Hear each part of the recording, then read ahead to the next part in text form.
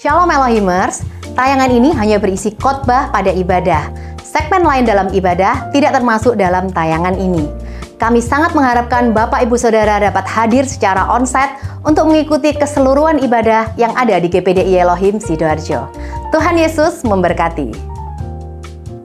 Puji Tuhan, selamat malam Bapak Ibu yang dikasihi oleh Tuhan. Malam hari ini sebelum kita mengakhiri doa kita akan kembali merenungkan kebenaran firman Tuhan.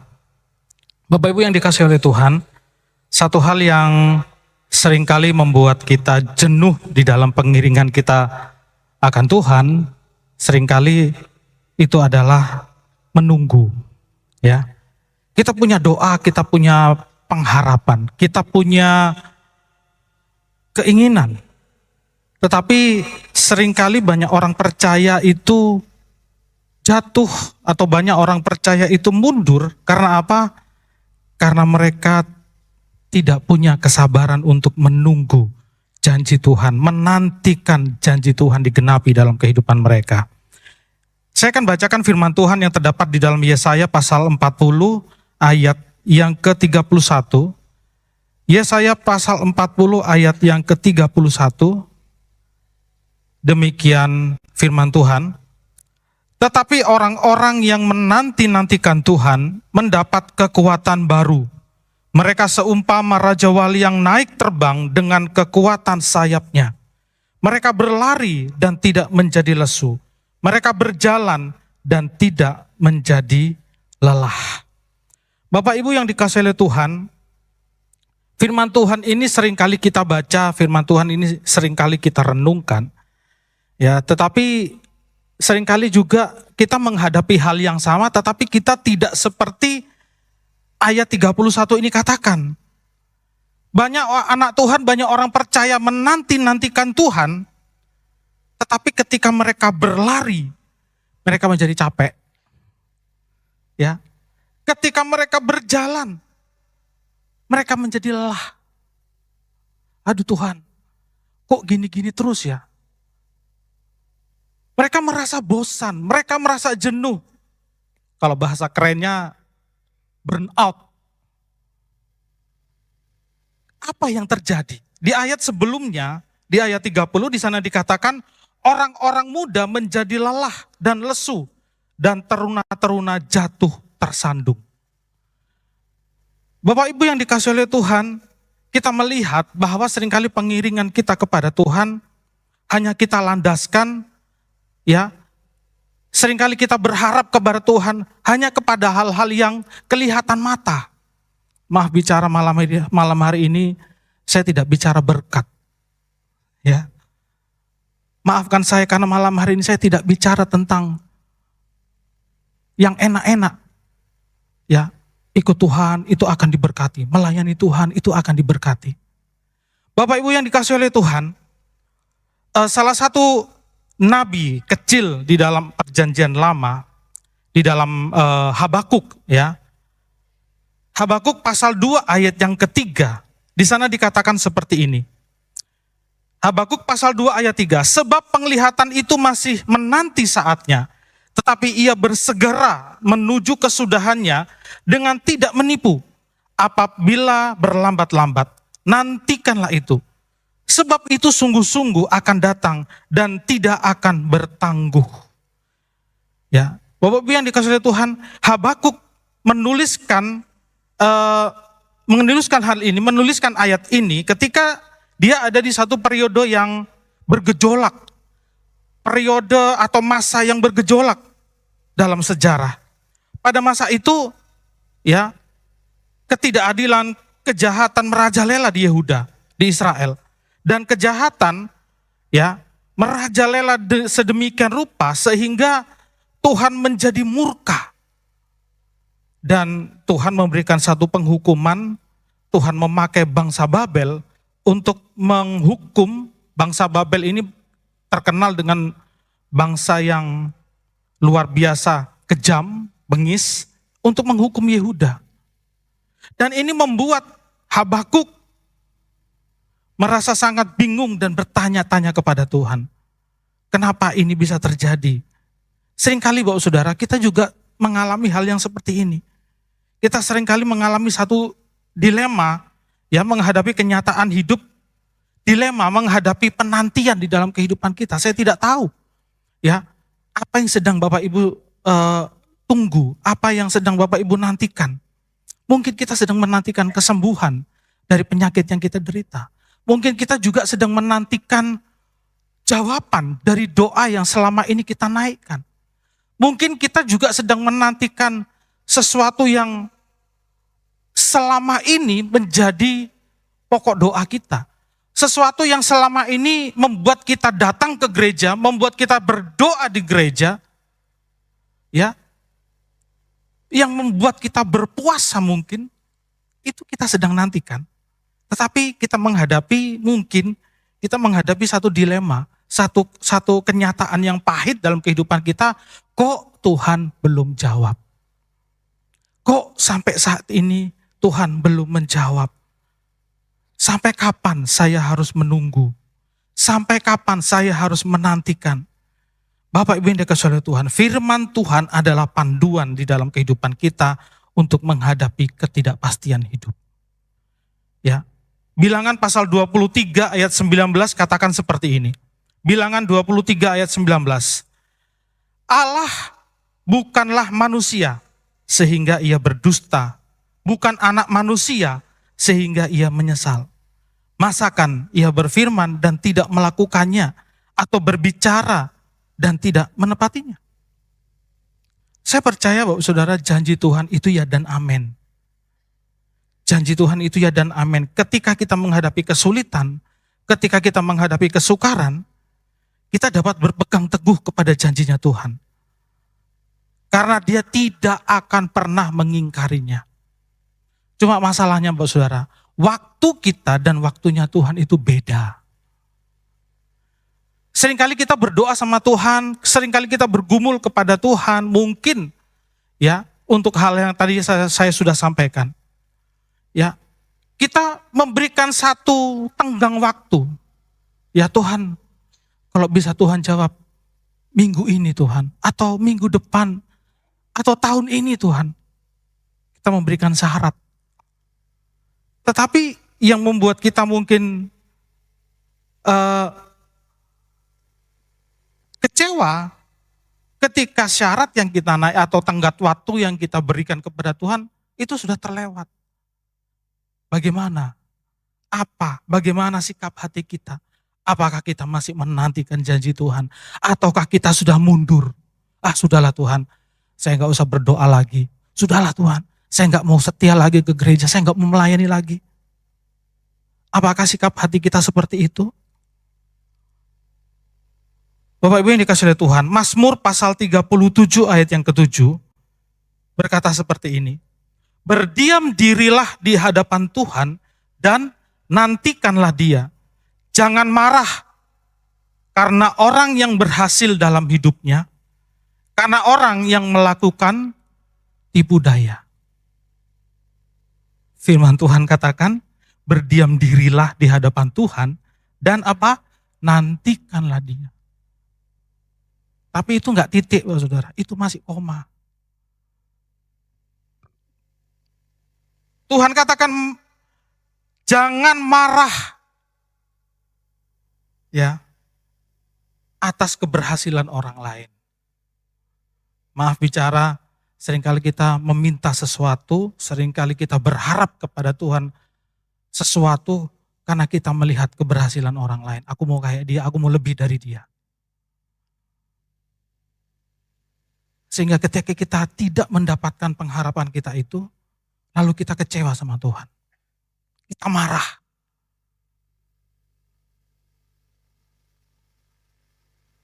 Bapak Ibu yang dikasihi oleh Tuhan, saya percaya Tuhan itu punya sesuatu yang terbaik dalam kehidupan kita. Saya percaya begini Bapak Saudara, waktu atau proses kita menunggu itu sama pentingnya dengan apa yang Tuhan akan janjikan atau akan berikan di dalam kehidupan kita. Itu sama. Proses atau waktu menunggu janji Tuhan dengan penggenapan janji Tuhan itu sama pentingnya bagi Tuhan. Mungkin buat kita, Tuhan nunggu aja loh. 1 tahun aja masa nggak bisa Tuhan.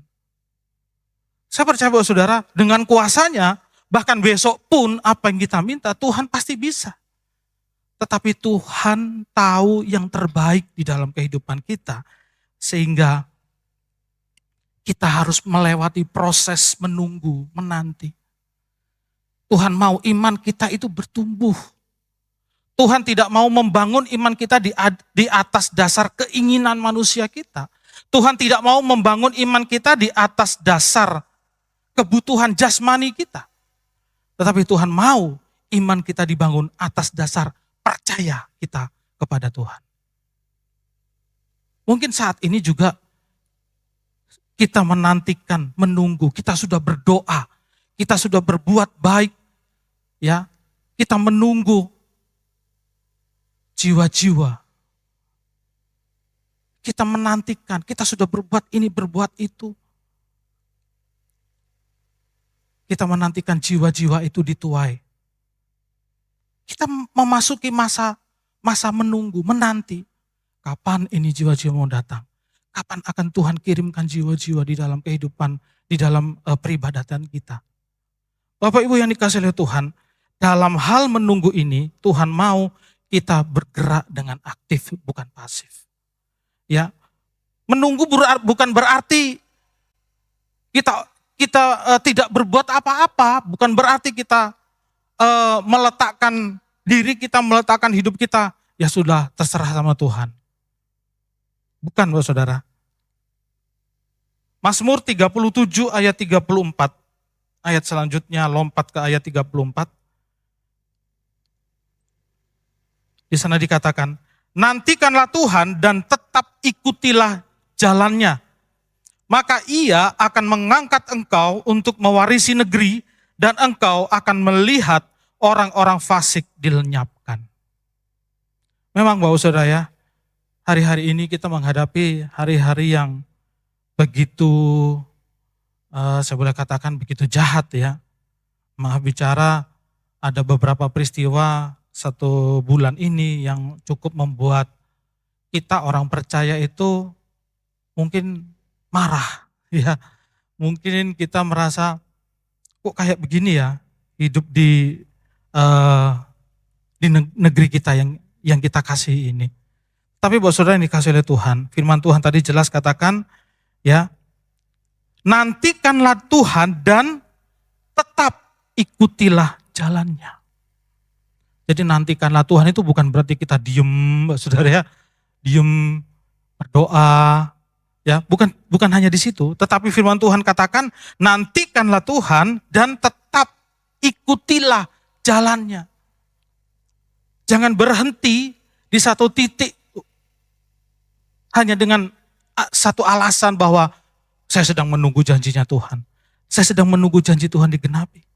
Tetapi firman Tuhan mau bahwa ketika kita menantikan Tuhan, ketika kita menantikan janji Tuhan, ketika kita menantikan pengharapan kita, Tuhan mau kita tetap mengikuti jalannya, firman-Nya, perintah-perintahnya. Ya, kita tetap aktif mengikuti Dia. Janjinya Tuhan itu ya dan amin. Firman Tuhan katakan selanjutnya, maka ia akan mengangkat engkau untuk mewarisi negeri. Ini janji Tuhan. Jiwa-jiwa itu akan menjadi ya bagian di dalam kehidupan kita. Firman Tuhan katakan dia akan mengangkat engkau ya untuk apa? Untuk mewarisi negeri. Dan engkau akan melihat orang-orang fasik dilenyapkan. Pengharapan kita, penantian kita akan Tuhan tidak akan pernah sia-sia. Bapak Ibu yang dikasihi oleh Tuhan, ada beberapa tokoh Alkitab yang dia menunggu janji Tuhan bukan di waktu yang sebentar, bukan di waktu yang singkat, tetapi di waktu yang cukup lama. Ya, yang pertama Abraham. Abraham dan istrinya Sarah menantikan mereka memiliki keturunan itu selama 25 tahun untuk mendapatkan anak yang dijanjikan Tuhan, yaitu Ishak. Begitu lama. Ya, bahkan di usianya Sarah yang tidak muda lagi. Lalu siapa lagi? Musa. Dia menunggu 40 tahun di padang gurun. sebelum Tuhan memanggil dia memimpin bangsa Israel keluar dari tanah Mesir. 40 tahun. Daud, dia juga menunggu sekian lama. Setelah dia diurapi menjadi raja, dia nggak langsung mimpin jadi pemimpin negeri. Dia harus tunggu, dia harus hadapi pergumulan, dia harus menghadapi tantangan. Dia harus menghadapi rencana Saul untuk membunuh dia, untuk menyingkirkan dia. Notabene dia sudah diurapi menjadi seorang raja. Yusuf juga mengalami satu penantian yang cukup panjang. Ya, ketika dia sebelum dia menjadi penguasa Mesir. Sudah dihianati, mengalami perbudakan dan penjara. Ini proses-proses yang harus dihadapi oleh tokoh-tokoh Alkitab pada zaman dahulu, ya sebelum mereka diangkat oleh Tuhan.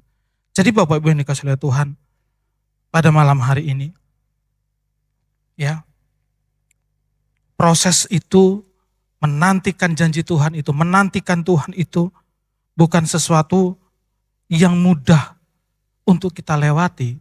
Tetapi saya percaya ketika kita setia, ketika kita memiliki kesabaran, ya, ketika kita memiliki iman, ya, bahkan dalam proses itu iman kita itu terus dibangun, iman kita itu dipupuk. Bapak Ibu yang dikasihi oleh Tuhan, saya akan berikan 3 sikap yang harus kita lakukan ketika kita menantikan Tuhan. 3 sikap yang harus kita miliki, yang harus kita pelihara dalam kehidupan kita ketika kita sedang menantikan Tuhan. Yang pertama adalah iman, percaya yang dipenuhi dengan kesabaran. 2 Petrus pasal 3 ayat 8 sampai dengan ayat yang ke-9 di sana dikatakan seperti ini. 2 Petrus pasal 3 ayat 8 sampai 9, akan tetapi saudara-saudaraku yang kekasih, yang satu ini tidak boleh kamu lupakan, yaitu bahwa di hadapan Tuhan, 1 hari sama seperti 1000 tahun, dan 1000 tahun sama seperti 1 hari. Tuhan tidak lalai menepati janjinya, sekalipun ada orang yang menganggapnya sebagai kelalaian. Tetapi ia sabar terhadap kamu, karena ia menghendaki supaya jangan ada yang binasa, melainkan supaya semua orang berbalik dan bertobat. Seringkali kita meminta atau menginginkan berkat daripada Tuhan, tetapi kita tidak, saya katakan tadi, kita seringkali memberikan syarat atau memberikan tenggat waktu kepada Tuhan. Jadi kita yang menentukan waktunya, kita yang menentukan waktunya Tuhan. Bukan Tuhan yang menentukan waktunya bagi kita. Ya. Kita lupa bahwa pekerjaan Tuhan di dalam diri kita itu, saya katakan tadi, itu sama pentingnya dengan apa yang menjadi doa, apa yang menjadi harapan kita. Bapak Ibu yang dikasihi oleh Tuhan, kesabaran itu bagian yang terpenting di dalam percaya kita, di dalam iman kita. Jadi kalau kita tidak memiliki kesabaran di dalam menantikan janjinya Tuhan, maka iman kita itu tidak akan bertumbuh atau tidak akan terbangun dengan baik. Iman kita akan menjadi kerdil. Ya, iman kita akan hanya cetek saja pengertian kita akan Tuhan.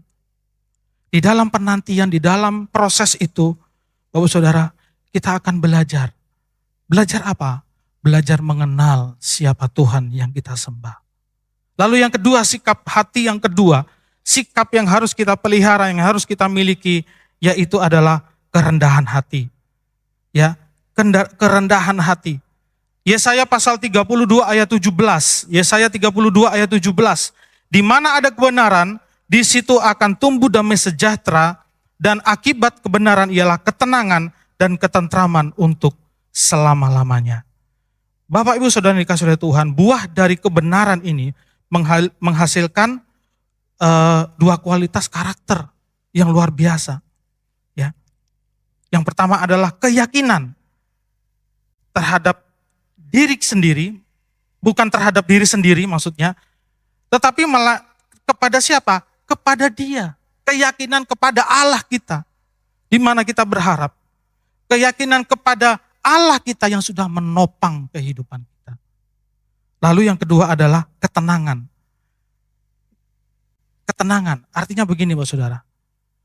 Dengan ketenangan ini membuat kita dengan rendah hati mengakui keterbatasan kita. Kita mengakui ketidakmampuan kita.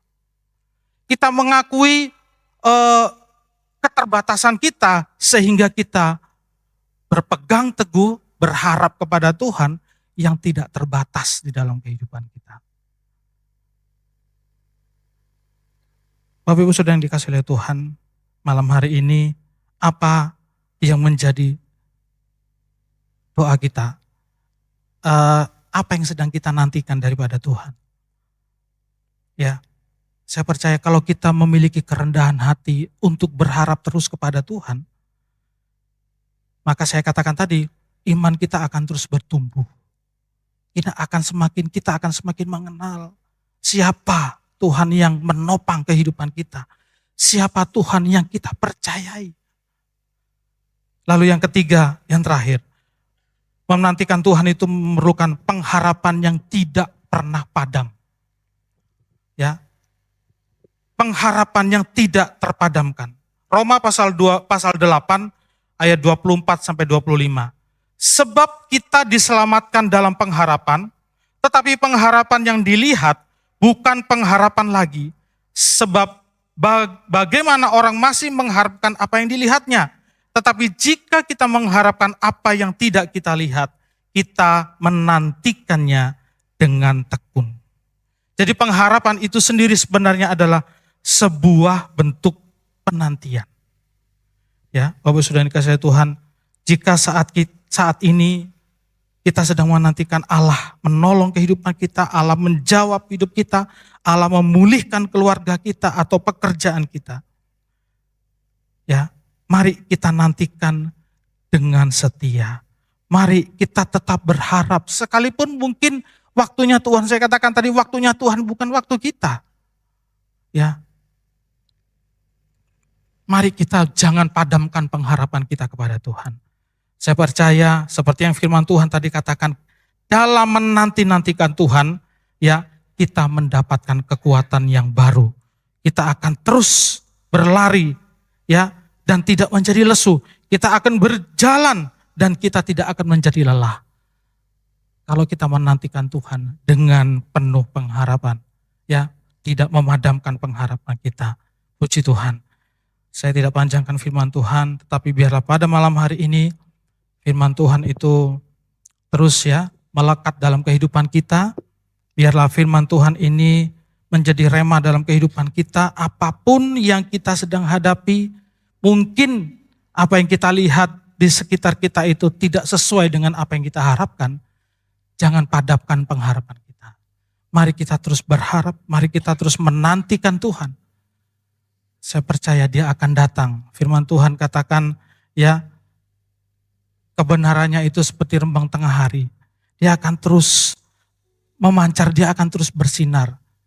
Ya, dia tidak akan melupakan, dia tidak akan mengingkari janjinya dalam kehidupan kita. Puji Tuhan.